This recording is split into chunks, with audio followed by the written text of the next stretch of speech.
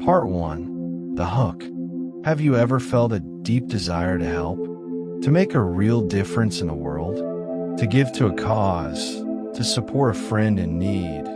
Or to lift a stranger out of a difficult situation? This quote from entrepreneur Dan Lok, "You can't be broke enough to help the poor," might sound counterintuitive, even harsh. After all, we're taught that empathy and sacrifice are the highest virtues. But what if this statement isn't about dismissing compassion? What if it's one of the most profound and misunderstood secrets to creating real, lasting abundance, not just for yourself, but for everyone around you? Part 2. Deconstructing the quote. Let's break this down. On the surface, it's simple arithmetic. You can't give what you don't have. If your bank account is at zero, you can't write a check. If your cup is empty, you can't pour from it. But the deeper meaning is about energy and impact. Being broke isn't just a financial state, it's a mindset. It's a state of scarcity, of fear, of constantly focusing on what you lack. And that energy is contagious. Think about it. When you're constantly worried about your own survival, how much mental bandwidth do you have to truly, effectively help someone else? Your help might be limited to well-meaning advice, which, while nice, often doesn't solve the fundamental problem. Part 3. The historical perspective. History provides the ultimate proof of this concept.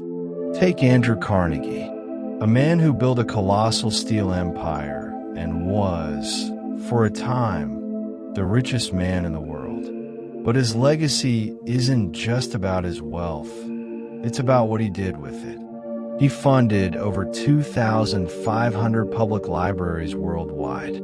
He established foundations and universities that are still thriving over a century later. His philosophy was called the gospel of wealth, the idea that the wealthy have a moral obligation to use their riches to benefit society. Now, imagine if Andrew Carnegie had decided to stay broke enough to help the poor. What if he had remained a factory worker, giving away half his meager weekly wage? His individual acts would have been kind, but they would have been a drop in the ocean. Instead, by building immense wealth first, his capacity to help became oceanic. Part 4. The relatable life experience. Let's bring this home with a story. Meet Sarah. Sarah is passionate about animal welfare. She's also living paycheck to paycheck. She sees a heartbreaking post about a local animal shelter on the verge of closing down. Her heart screams to help, but her bank account has $87. So what can she do? She donates $20.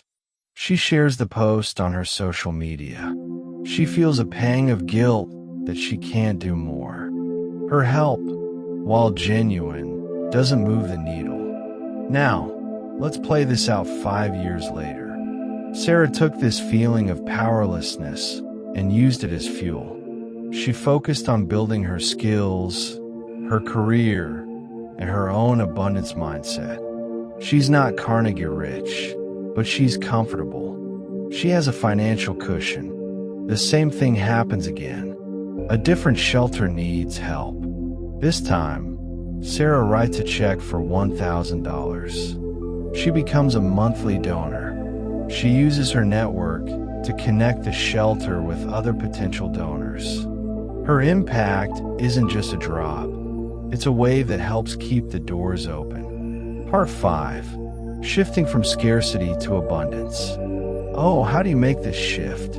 It starts by reframing the desire to help from a guilt-driven sacrifice to a motivation-driven mission.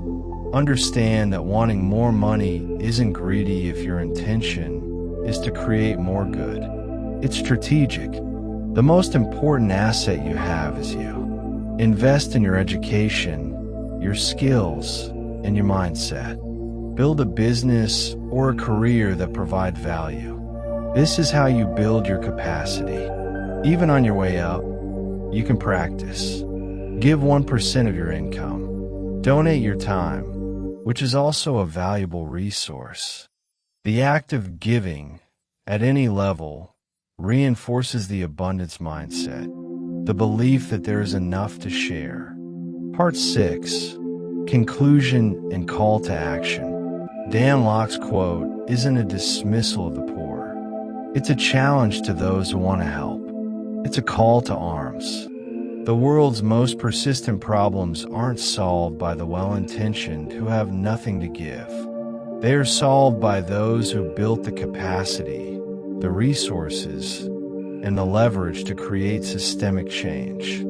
So, the next time you feel that urge to make a difference, let fuel you. Don't see it as a reason to feel guilty about what you don't have. See it as the ultimate reason to build something more. Because you can't be broke enough to help the poor, but you can build enough, earn enough, and become enough to change the world. What's one skill you can build this month to increase your capacity? Share in the comments. Like this video if you found it valuable. Subscribe for more mindset deep dives.